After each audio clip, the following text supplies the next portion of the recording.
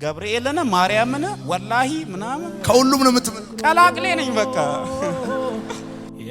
እዚህ የመጣሁት የሆነ በፎንቋ ምናምን የተመተውበት ነገር አለ አይደል የወደፊት ህይወቴን አበለሻሸው አቅሜ ያልቻለውን ገንዘቡ ያለኝን መጠቀም ያልቻልኩትን እንጂ የቻልኩትን ጊዜ አልሰጠው መጠቀመዋለሁ እና የራሴን ህይወት መኖር ትቼ በቃ ለሱስ ነው የምኖረው። የትኛውን ትምህርት ወደድከው? አሁን ስንም ብቸኛው በጌላ ጠፋው የጠፋው በጋ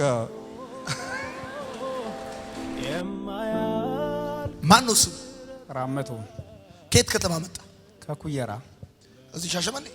አዎ ኩየራ ከትውልዴ ነው።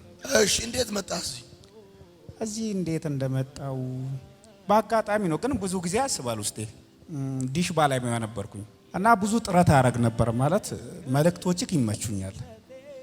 ከዛ ባለፈ ደግሞ በእምነት ዙሪያ ምናምን 30 አመት ምናምን አልፍ ያለው ግን የትኛውም የእምነት ተቋም ላይ ምናምን ገብቼም አላውቅም። አልሄድም። የሆነ ሰዓት ላይ ጩጬ ያለው ቁራብ ምናምን እያለ ትንሽ ጊዜ ሞክሬ ነበረ 7 አመት ምናምን ይያል።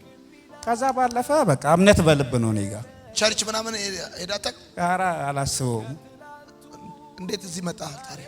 እዚህ የመጣሁት ትንሽ የሆነ ነገራቶች ከባበዱኝና የሆነ በፎንቋ ምናምን የተመተውበት ነገር አለ አይደል የወደፊት ህይወቴን አበለሻሸው እና ይሄ ነብዬም ለመናገርም ይከብደኛል።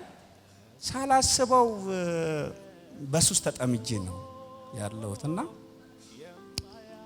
በጣም በቃ አለ አይደል ከዝቅተኛ ቤተሰብ የወጣው ልጅ ነኝ። ግን አቅሜ በፍቅር ተመትቶ የለ አይታወቀኝም ለኔ እና የራሴን ህይወት መኖር ትቼ በቃ ለሱስ ነው የምኖረው። አሁንም እኔ ወደ አንተ ጋር ቀደም እዚህ ጋር ስመጣ እንትን ያልኩ ምክንያት አንድ ኩየራ ልጅ ነበር አቢቲ የሚባል ልጅ ቀይ ልጅ እና እሱን በቲክቶክ ላይ አይቼው ነው እኔ በቃ የሆነ ደንዝዤ ምናምን የለ ሱሳሱስ አቅሜ ያልቻለውን ገንዘቡ ያለኝን መጠቀም ያልቻልኩትን እንጂ የቻልኩትን ጊዜ አልሰጠው መጠቀመዋለሁ።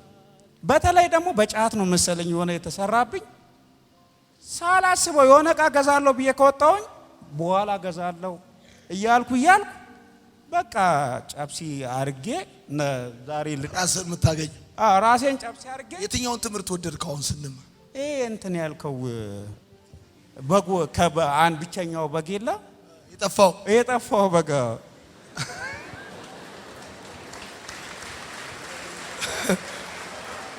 99ን ትቶ አንዱን እሱ ወደድከው?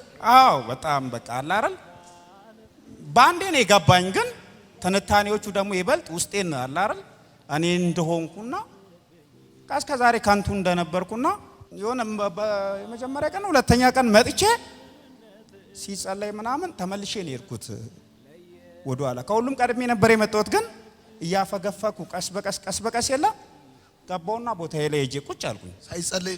አዎ እና ዛሬም ደግሞ መጥቼ ነበረ።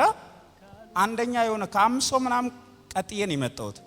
ቀስ በቀስ ሰው እየጨማመረ ሲመጣ የለ ወደ ኋላ እያልኩ ሄድኩና ጥግ ላይ ደረስኩ።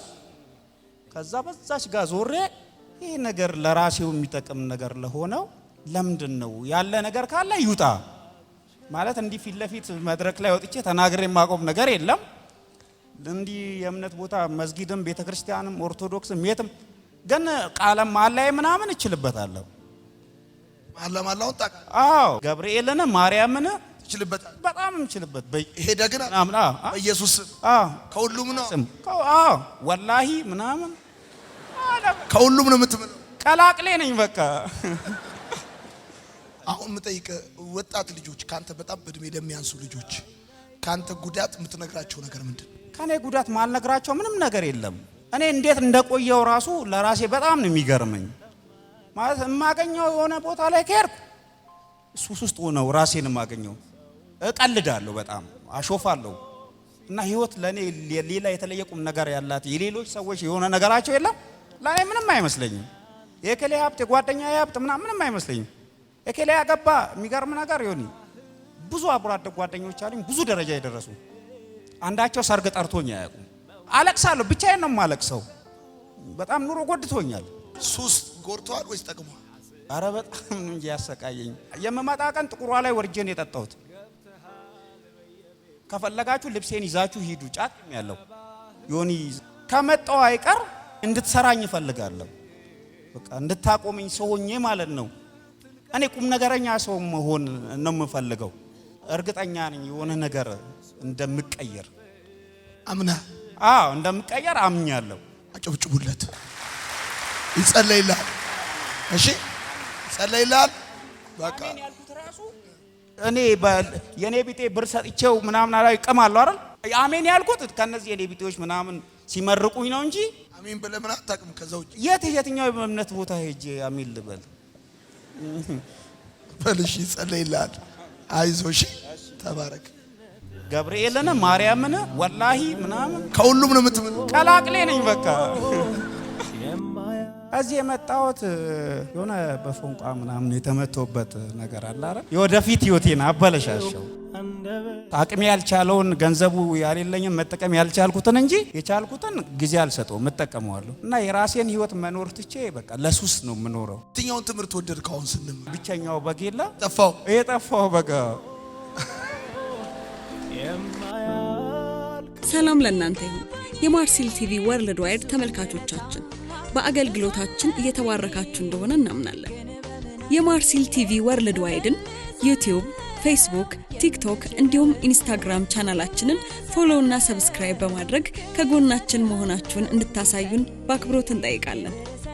በአሜሪካ የምትገኙ የቤተ ክርስቲያናችንንና የመልካም ወጣት ፕሮጀክትን በገንዘባችሁ ማገልገል የምትወዱ ቅዱሳን በዜል ቁጥራችን +1 240 472 66 15 ላይ ገቢ በማድረግ ከጎናችን መቆም የምትችሉ መሆኑን እናሳውቃለን። ይህንንም ስታደርጉ በአመቱ መጨረሻ ላይ ከግብር ተቀናሽ የሚደረግላችሁ ይሆናል።